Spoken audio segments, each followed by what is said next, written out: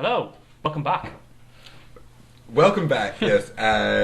So, are we going to do introductions Yeah, well, now, or do you want to do like we did last time and just talk about the start of the game for a while and then introduce ourselves?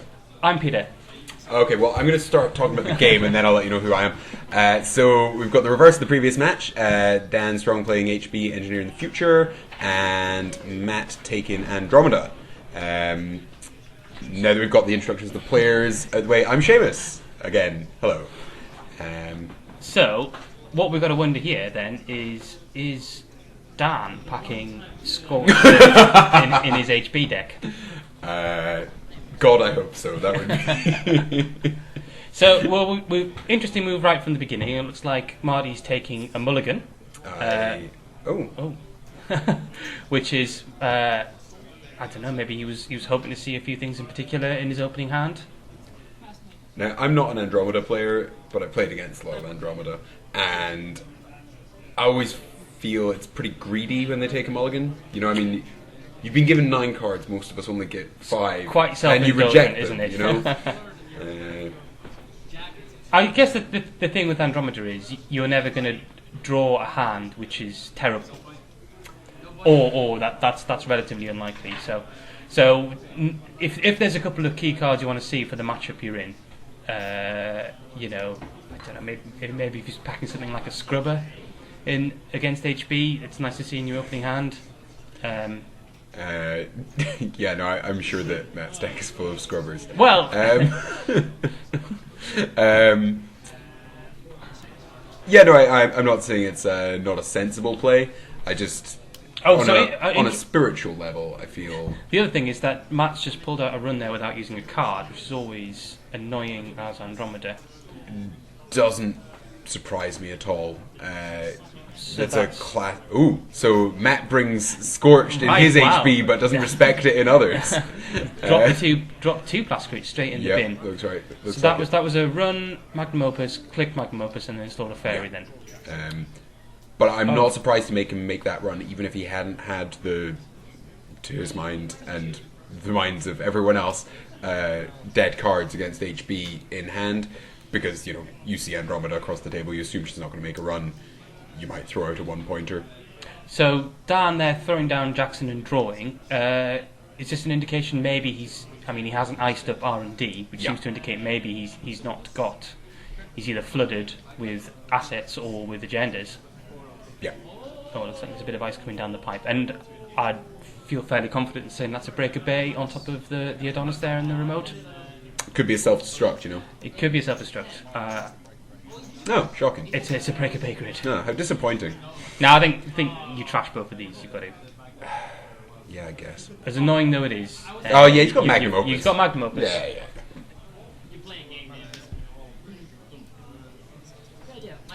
I wonder how many.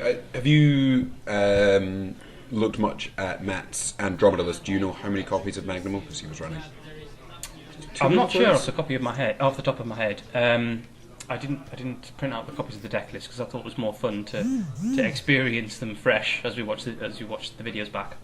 How many more sort of lazy decisions on your part are going to be justified as it being more fun as we do these commentaries? I don't have to ask you. So yeah, it looks like Dan's starting to stabilise now. He's got ice up over R&D, and he's GQE hedge fund swimming in cash as well, which is where you want to be as HB. Duck. Yeah, well, I'm imagining we're not going to see either of these runners running low on cash. Either of these players running low on cash. HB versus Andromeda. Yep. Not seen Desperado, not seen security testing. I assume he's running security testing. Trash the Adonis, so there's no drip coming in for HB. There's going to be reasonable cash on both sides, but there's not signs of huge reliable swings. It's much more the sort of plodding pace of the Magnum Opus or the trickle of installed cards and the odd hedge fund coming in. I know that Matt plays almost... Oh! So it's not what you want to see. Yeah. Always annoying. Although of course it's Andromeda, you do pack a lot of run events. I mean, the other thing is... Does this Andromeda list run Maker's Eye over R&D interface? That's a question I don't know. I guess we'll see. We'll see some sort of R&D pressure at some point soon. And do you run dirty laundry if you have a magnum opus? You know, it's good with security testing, but then, deck space is always tight. I'm a big fan of dirty laundry. I know other people aren't as much. I mean, magnum opus is not necessarily a... Not too much of a spoiler popular. there from Dan's shuffling. His deck includes Jackson another Howard Jackson. and Victor 2, I think it was. Yes, it's an interesting choice at the moment, magnum opus, isn't it? We're not seeing it much, even out of Shaper at the moment. Yep. I've seen a few criminal decks running it. I think there was someone else on the day running it out of Leela as well. Oh, I yeah. think Ronan was running it out of his Leela deck. I think you're right. I'm primarily a Shaper player, and I do not like magnum opus. I would go so far as to say you're a bit of a fan of professional contacts. I am, yeah. It's a really good card. It gives you all the money and draw that you need, and then you put it in Kit because Kit is the best runner. As a quick aside, we had a higher number of Kit players than Kate players on the day, which I was very pleased with. And while you weren't looking, I fiddled all their scores. So that was nice for me. So, fairly strong positions on both sides of the table here. I mean, Matt's got out his Desperado now, and he's got a Fairy out, which, out of a vanilla-looking HB deck, there's not a huge amount else that can threaten you. I think that's a little bit unfair. With no indication as to what this HV deck's doing yet. Well, we haven't seen any. We haven't seen Marcus Batty yet. Is what I was trying to get at. Oh, I know you've watched these videos already. Are we going to see a Marcus Batty? Well, I don't know. I've not seen this already. So have you not? No. Oh, I thought you had. Okay. Well, this is exciting then. Maybe we'll see a Marcus Batty. I guess you may be worrying about large bioroids, so Janus or Janus, I suppose it's... Oh, well, there we go, a Heimdall. Fair. I certainly agree with the position that you should always be worried about Janus. I mean, respect the Janus threat. A Fairy is taking the brain damage. Is a pretty... Oh, that's the one card he didn't want to see. Two brain damage. So had Mark... We haven't been keeping track of clicks here, but maybe Marty was just out of clicks. Yeah, who knows? Netrunner's a very complicated game. I haven't been paying much attention. So, I mean, yeah, it must have been last clicks. He's not doing anything else. And he wouldn't take 2 brain damage if you had the clicks to avoid it. What's the second last click as well? You don't have the clicks, it's Heimdall 2, isn't it? Yeah. Man, better hope that Dan's not running Scourge. Well, yeah. So, I think the thing that I'd be worried about in Matt's position is Zool is his code gate breaker, and we can pretty safely assume that Corroder is his barrier breaker. So Eli's 4 to get through, Victor 2 is 6. Yeah. Or the 2 clicks. Well, yeah. Which is not ideal, especially not when great. there's an ELP on the board as well. Yeah. Things could get very, very taxing for him. And in his position, I think I'd be wanting to ideally shut down that Heimdall 2. If that's an economy asset in that server, you want to trash it. Although, man, Dan's jumped up to 6 credits already. It's tough. So what are you trying to do as Dan at the moment? It looks like Dan's in a pretty good position here. Stabilize, make sure you don't get repeat account siphoned and have your HQ ice shut down. Slowly build a scoring remote with an Ash. I don't know, maybe he's running Marcus Batty as you. So I suppose that really does depend on what Dan's done with his influence, whether it's... Oh, do you know... I've just remembered, I spoke to Dan in the pub the night before this. I know pretty much what his deck's doing. Probably would have been good to sort of have a think about this before we did the commentary. So I believe Dan is running an updated version of his Voldemar. Is that how it's pronounced? Yeah, The Voldemar assets and mandatory upgrade. Well, yeah. that's a nice res from Dan there, an Eve off the Breaker Bay campaign. What's going on here? I think Marty's made a run and forgotten that he needs to spend an additional click. Sure. So I think they're just going to take back the run because Dan is going to res these anyway. Yeah, I mean, I think with a single ice there, you're going to assume that that's an economy asset rather than an actual. Well, yeah. I don't think there's really any information gained there. I mean, in the strictest sense, there is, but Yeah. I think that these guys were happy to just take. Oh it no, back. absolutely, and I would be too. Maybe not if I was in Dan's position and I'd just been scorched out of HP. Maybe I'd be a bit sour. So it looks like maybe Dan will keep that Breaker Bay and that ice up to have economy assets behind. Yeah. It's kind of tricky though, because against a lot of criminal decks, what you want to do in this situation is just close off all your servers with a relatively taxing piece of ice in the can security test, and build up to a position where you can score whilst preventing them getting their run-based economy. But because Matt's sort of gone old school with the Magnum Opus, even if Dan scores out one or even two agendas, Matt can build up an absolutely intimidating pool of credits, and regardless of how taxing HQ or an R&D becomes, he can start hitting Dan with multi-access run events, or if he's got interfaces. Is that forgetting about the LP again? I think he's going to spend the extra click to run there. Oh no, you've got the money. It's fine, I can break it this time. So we'll see what the ice is. A Victor 1. And even that's what, 4 for Zool? 2, 3, 4, yeah. Jesus.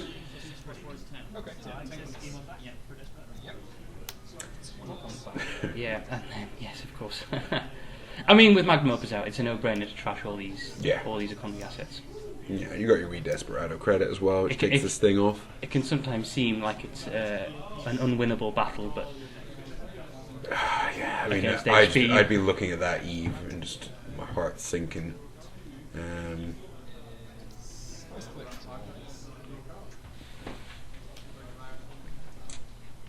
And ELP, what a card! I think.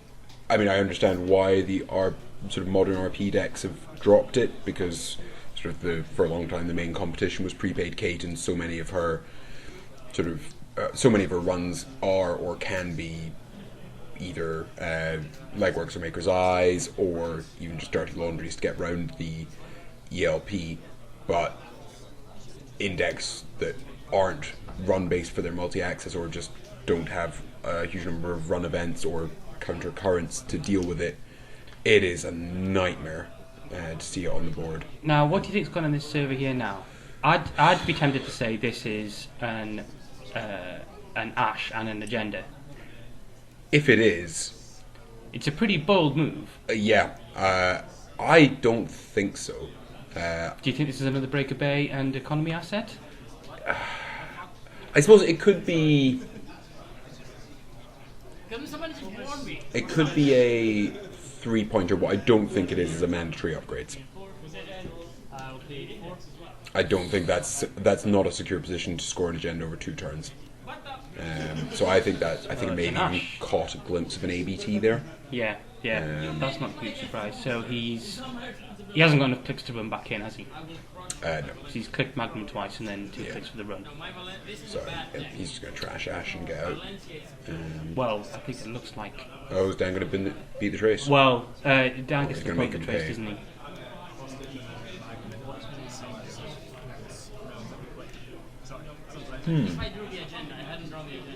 The other thing, of course, here is that it's maybe if Marty thinks this is an agenda in the server, and I'd be fairly confident it was. Yeah. It's either an agenda or a Jackson. He also loses the current. It's an agenda. And I'd be very happy about that in Matt's position. That's a lovely turn. Yeah. Get rid of the LP, get rid of the Ash. That server's no longer secure. You're now free to pressure elsewhere. Potentially you can go after the Eve, although it's ticked down a lot. But yeah, getting rid. I would happily forfeit those 2 points to get rid of the ELP. Assuming Dan doesn't have another one in hand, which sometimes they. Oh, Exactly. There you go.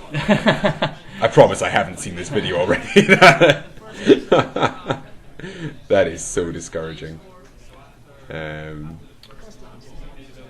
another upgrade in the Eve server, so probably an Ash, or since apparently I'm prescient about ELPs in hand, maybe that is the batter you predicted a while Well, ago. it could be. I mean, I guess it's a bold play from Dan there. It would have been great if it had paid off, rushing the agenda out. But Do you know, that play kind of makes me wonder if he's flooded. it could well be. I know Marty, and I think Marty would have always checked that server as well. Yeah.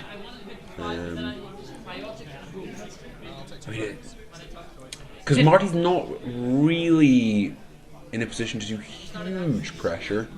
I mean, He's Dan's in a position where he can take an account siphon. Marty's got very little remote pressure set up here. There's still unresed ice on HQ, and you can only get through a century once. Yeah. I'd be tempted to say at least one of those two. Is that Turing? Turing? Yeah. Yeah. It could well be an architect over R&D as So well. that was clearly a very bad start for Dan then, because he didn't have the ice for Arn. Oh, and he pulls it. Yeah, so I think Dan's flooded. yeah, it could well be, Oh, and then he loses that as well. honestly, Oh, and an emergency shutdown. that might even be an agenda behind that Victor 1. Yeah. If so, I really like that play.